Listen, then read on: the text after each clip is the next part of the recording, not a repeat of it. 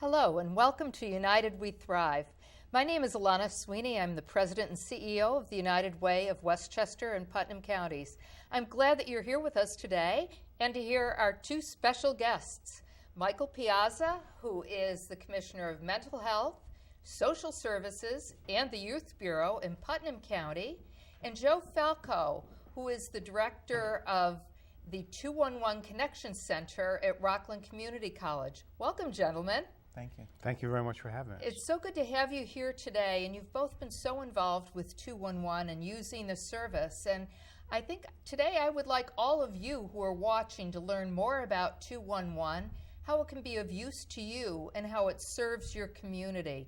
First of all, Mike, since you've been around for a very long time in the history of 211, could you just talk a little bit about how you got involved and why you got involved with 211?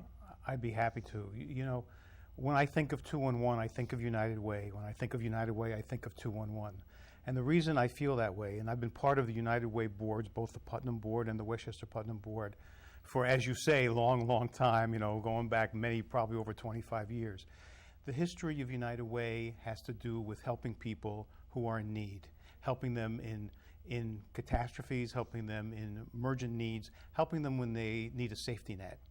And my role as DSS Commissioner is in the same vein of doing that. So when I've worked for United Way, as I volunteered with United Way, I think of the community chest, which was the basis that United Way was formed from, and that it was a group of people joining together to help those that are less fortunate. What we do in social services, as an example, are provide services like food stamps, emergency housing, emergency heat, and emergency cooling, which we can talk about with the heat wave coming up. We could probably talk about that for a minute when we talk about as we get to 211. And when I think of 211, it's the way to get consumers and people in need to get to the services that we offer. 211 is an easy, fast, convenient way of people being able to connect, calling someplace and saying, I need something, where can I find what I need?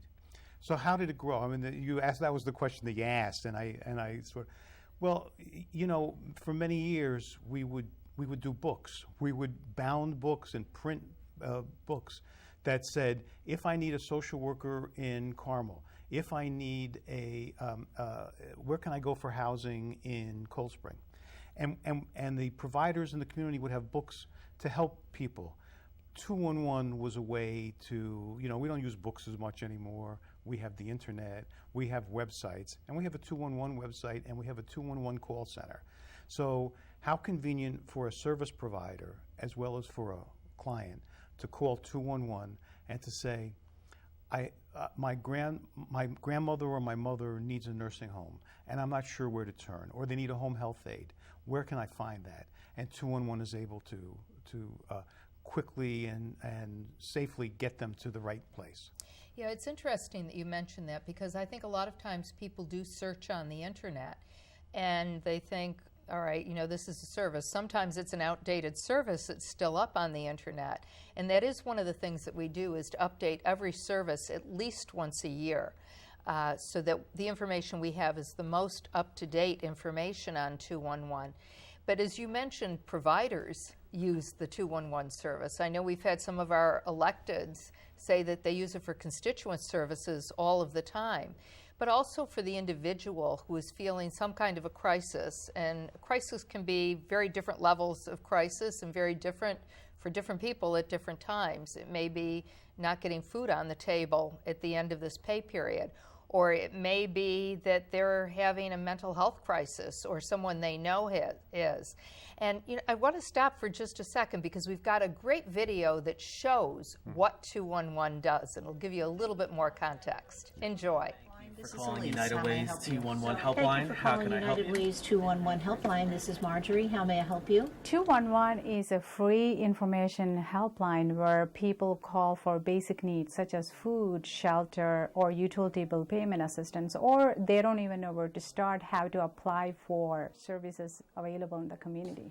We approximately handle 70 to 80,000 calls annually. Okay, so you're facing eviction right now? Right, I'm going to look at resources to see what we can find in your area. You know, people have different definitions of crisis, and the crisis might be that you don't know where there's a food bank, or the crisis might be that you don't know where to turn to get help for your elderly parent, or the crisis might be that you lost your job, or that you just really need someone to talk to. And 211 is there for all of it. Before I came here, I was never aware of the struggles, the depth of the struggles that many people have when they're serious issues. You know, their electricity is being turned off. They're facing eviction. It's difficult, some of the calls that we have to handle. I mean, we're trained to do it. I like the variety of the calls. It could be simple things, and then the next call could be someone in crisis, or suicide, which we're trained, for that also. Several years ago, we had a call from a woman who called and said, I have my 2 children in car seats in the back seat, and I am going to take our lives. I am going to drive off a cliff. We have a warm line to the police, a backdoor line to be able to get to them. We were able to tell it was a Verizon call. We were able to tell the police. They had enough information that they were then able to ping the line, working with us, identify where that person was, and they saved the woman and her 2 children. That's the life-saving nature of 211. Our call center is open 24/7. Throughout New York State, if anyone dialed 211, they will be connected to a live call specialist. You getting that human touch. We start the call by saying, thank you for calling United Way's 211 helpline. This is Marjorie. How may I help you? Generally, we have to ask them some questions, get more details. And then, while I'm talking to them, I look in our database and to see if there are any agencies that might be able to help them. Our standard is to give at least 3 referrals per need. There's actually a program I located you can contact. Sometimes the person will say, I've called, I contacted that agency, they weren't able to help me. That might be a case where we would advocate for the person with the agency. Our staff is trained to AIRS certification standards, which is a very high level of how you treat callers, how you work with callers, the kinds of confidentiality you keep, the record keeping that you have.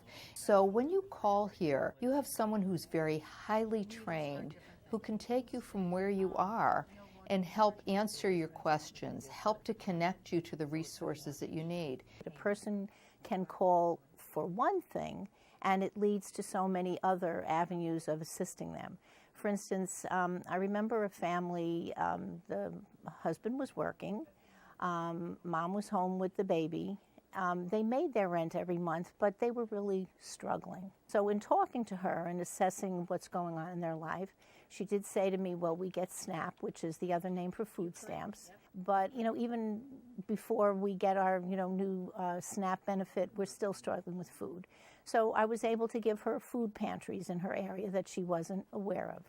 Then when she mentioned the baby, fortunately they were in a county that has a free diaper program, diapers are very expensive, and if the baby isn't changed often enough, it can lead to health issues. And then it happened to be tax season. So I asked her, have you had your taxes done yet?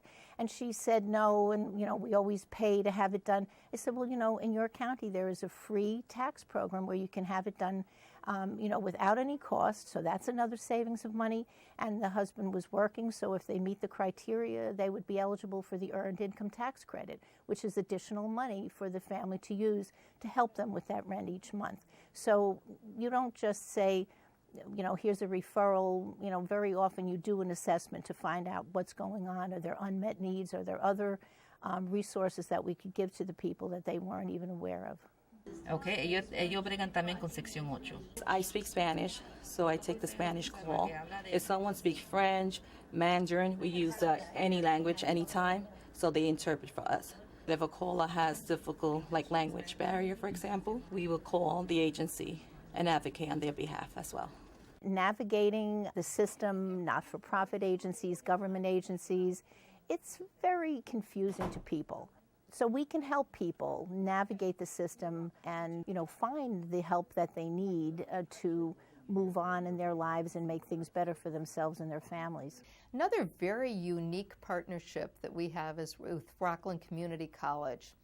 Community colleges have something called a late drop rate, and they're rated on that. And that's those students who are in a course, they're going through in the course, and then all of a sudden, sometimes for reasons unknown, they drop the course and they don't finish it. And Rockland Community College reached out to us and they said, could you help us in reducing the late drop rate? We feel that our students are dropping not because of the academics, but because of what's happening outside of school. And what they found is they have some students who are living in their cars. Housing is a huge problem there. So we've been able to connect them to housing. There was one student who went to her professor and asked if she could defer taking her midterm. Well, we don't defer taking midterms. And lo and behold, they said, you're having a problem? Go to the 211 center. It turned out that she was trying to flee her home with her children. She was a victim of domestic violence. Because of the 211 center, they were able to get her into a shelter, give her and her children the support that they needed, and guess what? They let her take that midterm and she aced it.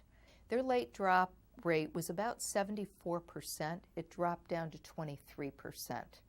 So that's what happens when you can give the supports. And 211 was that portal to be able to get those students the help that they needed. We do follow up to some of the calls coming to the call center, calls like domestic violence issues. If we hear the caller say, I didn't eat for 2 days, we always schedule a follow-up with the person. They're so happy that someone is thinking about them. Someone is, doing a follow-up in terms of checking on them, whether they're okay. The fact of the matter is that we can make a difference in someone's life and got the help for them that they needed in that crisis situation. I think it's a fantastic job. All right. You're welcome, sir. Call us back if you needed anything else. We're here every day 9 to 7 if you have any other questions. Gracias por llamar 211. Que pase un buen día. If we can help you in the future, please call us back at 211. Thank you. Okay. Bye. So, Joe, we were just talking about the Rockland Community College program. What made you think about contacting 211 to become a partner in this program? It's very unique. I think you're the only one or one of very few in the state that has started to do this, although it will be expanding. So would you talk to me just a little bit about it? Sure. Rockland Community College is part of the community schools grant recipients from SUNY. And what we did several years ago is we were looking at the appeal letters that were submitted for late withdrawal. And those appeal letters were telling us that students were looking to withdraw from classes towards the end of the semester due to what we like to call life happens, non-academic reasons. It wasn't because they didn't know how to highlight a textbook or they didn't know how to read the textbook or take a test. It was more food insecurity, housing insecurity, mental illness. They had a sick family member. And so we wanted to know what is it that we could do to help our students, because we have a lot of great academic resources on campus, but we wanted to fill some of those gaps and be able to connect students to some non-academic community resources. And so the rate at that time was 51% of those letters, appeal letters, were based on non-academic needs. And so we wanted to address that because we wanted the students to not only get the help they needed, but wanted them to also stay enrolled at the college. And so with our partnership with United Way and 211, we've been able to help so many students in the past 2 years. We've had 2 full years of the grant cycle. We're entering our 3rd year. And we've been able to help students with food insecurity, housing insecurity, clothing. They've been able to get legal representation. They've been able to obtain help with utilities and cell phones and counseling in the community. And, you know, with the work that we've done with 211, we've been able to even beef up some of our resources on campus. So we now have a food cupboard that is open 16 hours a week on campus as opposed to just 5 hours like it used to be. We have a representative from Catholic Charities come to the campus to help students fill out SNAP applications.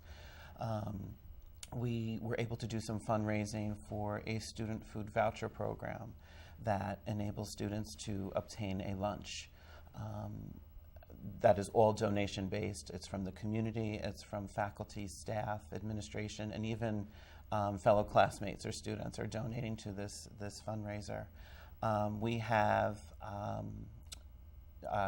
Cornell Cooperative Extension has their Eat Smart New York program, and we have one of their representatives come in and do educational workshops once per month for our students at the food cupboard. We've also I've been asked to represent Rockland Community College on SUNY's Food Insecurity Task Force, which is looking to address and work towards alleviating food insecurity for college students at the SUNY systemic level, and making things across the board, not just have a food cupboard on one campus and maybe not on the other. It's really addressing the needs of our students system-wide. So you've really been a model for the rest of the SUNY system, and I would think even for the private colleges, they may pick up and follow some of the things that you've done. One of the things that I learned when I went to visit your program was that you did training with everyone on campus, from the cafeteria workers right through the professors and everything, which I thought was really very forward thinking and understanding, because people interact with a lot of people on campus, and they may not tell their professor that they're having an issue, but they might go to someone else. Absolutely. Not only do we train our staff, which is all volunteer and graduate level mental health counseling intern based, we extend that on to faculty and staff and administrators and even students. We're always looking for students to volunteer, to help out, but also educating on what are the needs of our students, what does life happens look like for our students, and how can we be better student advocates in the long run. Because if students don't have food on the table, if they don't have shelter, they're not going to be able to come to college, and we're not going to be able to retain them, and they're not going to be able to self-actualize. So we want to be able to help them build that foundation from the beginning. It's terrific. I think one of the other things that you said that really struck home, and it really connects to 211, was when you talked about developing services as a result of the calls and the need that you were seeing on the campus. One of the things that we have done with 211 is to be able to take a look at the basic needs and the calls that we're getting, and if we find that there is a hole in services within the community, we will bring together our community partners to be able to develop a service or a strategy to be able to help those who are in need. Mike, what are you seeing in Putnam County in particular with the basic needs and some of the services that you're finding growing in need? I think that, it's interesting that Joe talked perfectly as a microcosm of college students and what their needs are. So housing, let me take a step back. What does our community need in order to be successful? What does each individual need in order to be able to achieve what they need to achieve? Safe housing, they need to be healthy. If they have a mental illness, that means they need treatment, substance abuse treatment. If I'm a parent, a working parent, or a parent in college, I need daycare that I can count on, so that all of these issues that people need, some of them are provided, some of the resources are provided by government, some provided by not-for-profit. 211 kind of weaves that basket of safety net, of being able to get people to where they need to go. And food insecurity is a very big issue.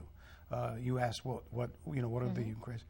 Of course, in our community, as across the nation, the increase in suicides and the desire for more programs for suicide prevention, and the increase in opiate addiction has been two major issues. And 211 helps by connecting people who call and say, where can I go for help, with those agencies that can provide that help.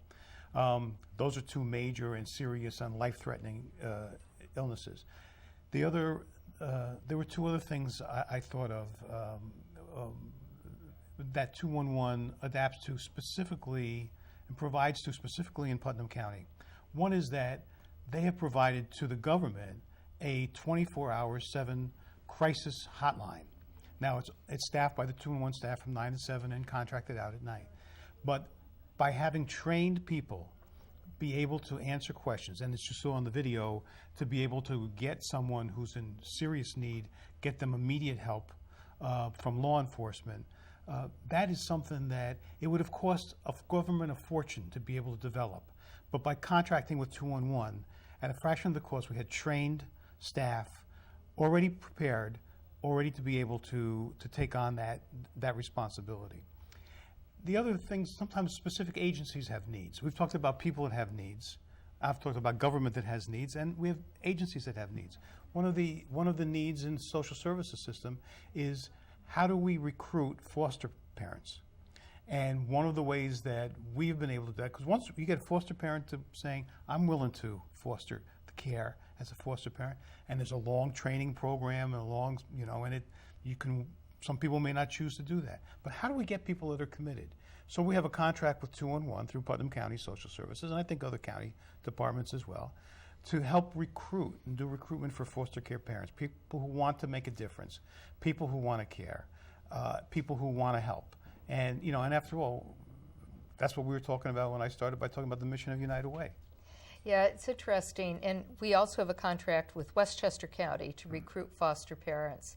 And we just had a film series, and it was 3 films, and it was foster care from the eyes of the child.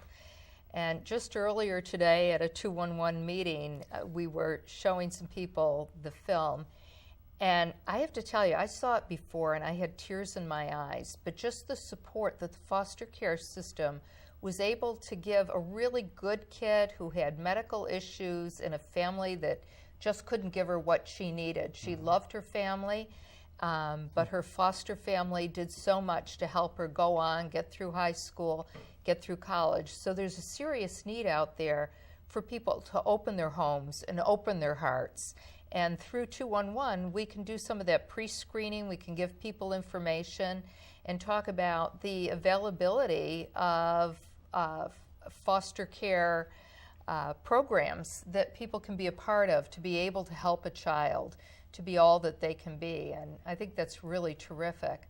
It's interesting you talked about the food banks, because as we're looking at services and what services are available in different areas, we take a look at where we're getting calls from, what they're asking for, and what services are there. We were looking, and in one county that we serve, there was only one food bank that was open after 6 o'clock. And many people need it after 6 o'clock. They're working hard, they're still in poverty or maybe just scraping above it.